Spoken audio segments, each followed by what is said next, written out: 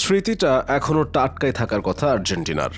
গত বিশ্বকাপে প্রথম ম্যাচে পুচকে আইসল্যান্ডের সঙ্গে 1-1 গোলে ড্র করার পর ক্রোয়েশিয়ার মুখোমুখি হয়েছিল আর্জেন্টিনা। গ্রুপ পর্বের দ্বিতীয় ম্যাচে আর্জেন্টিনাকে 3-0 গোলে উড়িয়ে দিয়েছিল ক্রোয়েশিয়া। আর্জেন্টিনা পড়ে গিয়েছিল অস্তিত্বের সংকটে।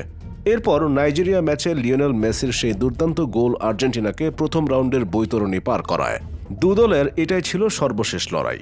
বিশ্বকাপে এর আগে একবারই মুখোমুখি হয়েছিল আর্জেন্টিনা ক্রোয়েশিয়া, সেটি 1998 বিশ্বকাপে। সেবার 1-0 গোলে জিতেছিল আর্জেন্টিনা।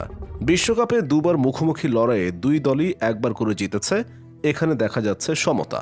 দুদল বিশ্বকাপের বাইরে আরও 3বার মুখোমুখি হয়েছিল। 3টি ছিল প্রীতি ম্যাচ। সেই 3 প্রীতি ম্যাচের একটি জিতেছে আর্জেন্টিনা, একটি ক্রোয়েশিয়া, অন্য ম্যাচটি ড্র। এখানেও মুখোমুখি লড়াইয়ের হিসাবে দেখা যাচ্ছে সমতা। দুই দল সব মিলিয়ে 5 ম্যাচে মুখোমুখি হয়েছে। এর মধ্যে আর্জেন্টিনা জিতেছে 2বার, ক্রোয়েশিয়া 2বার।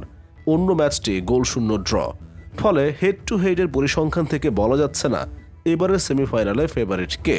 1994 সালে প্রথম দুদল মুখোমুখি হয় আন্তর্জাতিক প্রীতি ম্যাচে। সেটি হয়েছিল গোলশূন্য ড্র। পরের 4টি ম্যাচই ফলাফল দেখেছে। এই ধারাবাহিকতা অক্ষুণ্ণ থাকলে আজকের ম্যাচটি টাইব্রেকারে গড়ানোর সম্ভাবনা কম।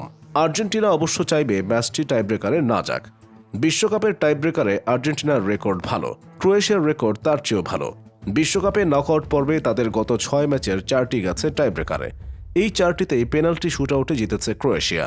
তাদের গোলরক্ষক আছে আত্মবিশ্বাসের তুঙ্গে। অবশ্য আর্জেন্টিনার গোলরক্ষক এমি মার্টিনেজও গত ম্যাচে প্রথম 2টি শট ঠেকিয়ে দিয়েছেন।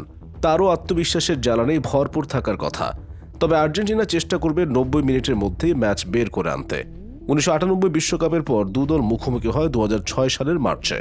ম্যাচটি লিওনেল মেসি আর লুকা মদ্রিচ দুজনেরই বেশ ভালো মনে থাকার কথা। এই ম্যাচেই আর্জেন্টিনার জার্সি গায়ে প্রথম গোলটি করেছিলেন মেসি। ম্যাচের 3য় মিনিটে গোল খেয়ে পিছিয়ে পড়া আর্জেন্টিনাকে 4র্থ মিনিটেই ম্যাচে ফেরান কার্লোস তেভেজ। 6ষ্ঠ মিনিটে গোল করে দলকে এগিয়ে দেন মেসি। যদিও শেষ পর্যন্ত ম্যাচটা 3-2 গোলে হেরেছিল আর্জেন্টিনা। মদ্রিচ সে ম্যাচে গোল করেননি, তবে ম্যাচটি তার মনে থাকবে আজীবন, কারণ এই ম্যাচ দিয়ে ক্রোয়েশিয়ার হয়ে অভিষেক হয়েছিল তার। এরপর 2 LM10-এর ক্যারিয়ার এগিয়েছে বহু ক্রুশ পথ। 16 বছর পরে এসে দুজন নিজেদের প্রতিষ্ঠা করেছেন ফুটবলের সেরা তারকা হিসেবে।